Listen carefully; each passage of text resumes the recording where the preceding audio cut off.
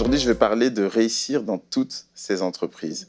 C'est déjà un engagement ou plutôt une demande de la part du Seigneur dans le psaume 1. On voit dans ce texte, on nous parle de cet arbre planté près d'un courant d'eau et dont le feuillage ne flétrit point et tout ce qu'il fait réussit. Dans Josué 1,8, même chose encore, on nous parle de réussir dans toutes ces entreprises. Alors, c'est un appel fort de la part de Dieu dans sa parole et c'est un appel donc que nous devons également porter dans notre vie de tous les jours. Alors, qu'est-ce que ça signifie réellement réussir ? Il y avait un homme qui avait décidé de devenir une meilleure personne. Et ce jour-là, il attendait à l'aéroport et comme ça peut arriver pour chacun d'entre nous, lorsqu'on attend, il avait un petit creux et donc il va s'acheter un paquet de donuts.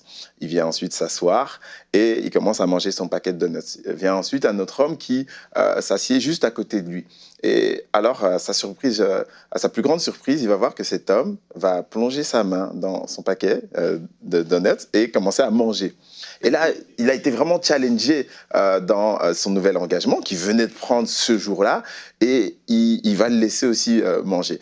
Il replonge encore sa main dans le paquet de donuts, il en reprend un deuxième et au même moment, l'autre devant lui plonge sa main dans le paquet de donuts et il en reprend aussi et avec un petit sourire. Et là, il se sent un peu nargué, il se dit « mais c'est pas possible ». Il faut que je tienne bon, mais en même temps, je suis victime dans cette société. Il commence à se dire, je peux lâcher juste pour ce cas-ci. Et il tient bon. Et puis là, on arrive au dernier donut. Et l'homme à côté de lui fait un geste. Prenez le dernier donut. Et là, il se dit, mais en plus, il fait le grand seigneur avec mon paquet de donuts. Alors, il prend le dernier paquet, l'homme s'en va. Et là, alors qu'il s'apprête également à partir, il se lève et il y a un autre paquet de donuts qui tombe. C'était son paquet. Oh.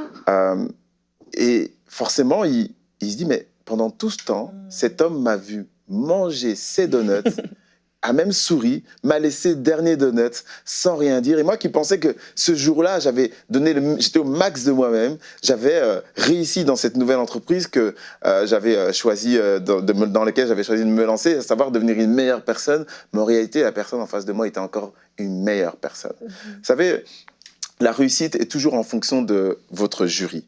Des fois, votre jury, ça peut être vous-même, ça peut être le travail dans lequel vous êtes, ça peut être votre employeur, ça peut être votre conjoint, ça peut être vos enfants, mais c'est toujours en fonction de votre jury et du prix que ce jury va vous accorder. Rappelez-vous de ce temps, de ce moment où Barabbas et Jésus vont être présentés devant un jury. Devant le peuple. Et on va dire, voulez-vous qu'on libère Barabbas ou voulez-vous qu'on libère Jésus ? Et le peuple va crier à chaque fois, Barabbas, Barabbas.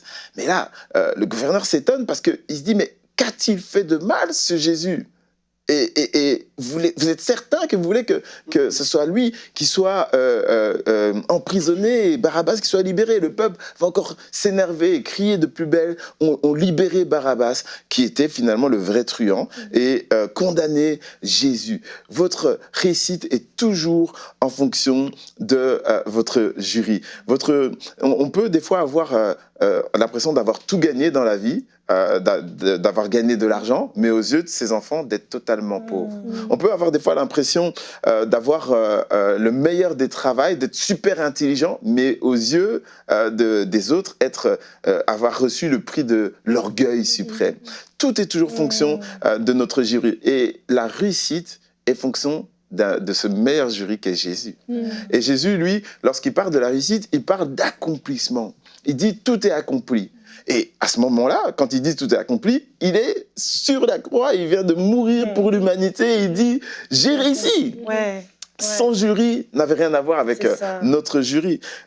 Son jury, c'était le jury du Seigneur. Et à un moment où il dit « tout est accompli », j'ai réussi, le mot « accompli » signifie « j'ai satisfait ».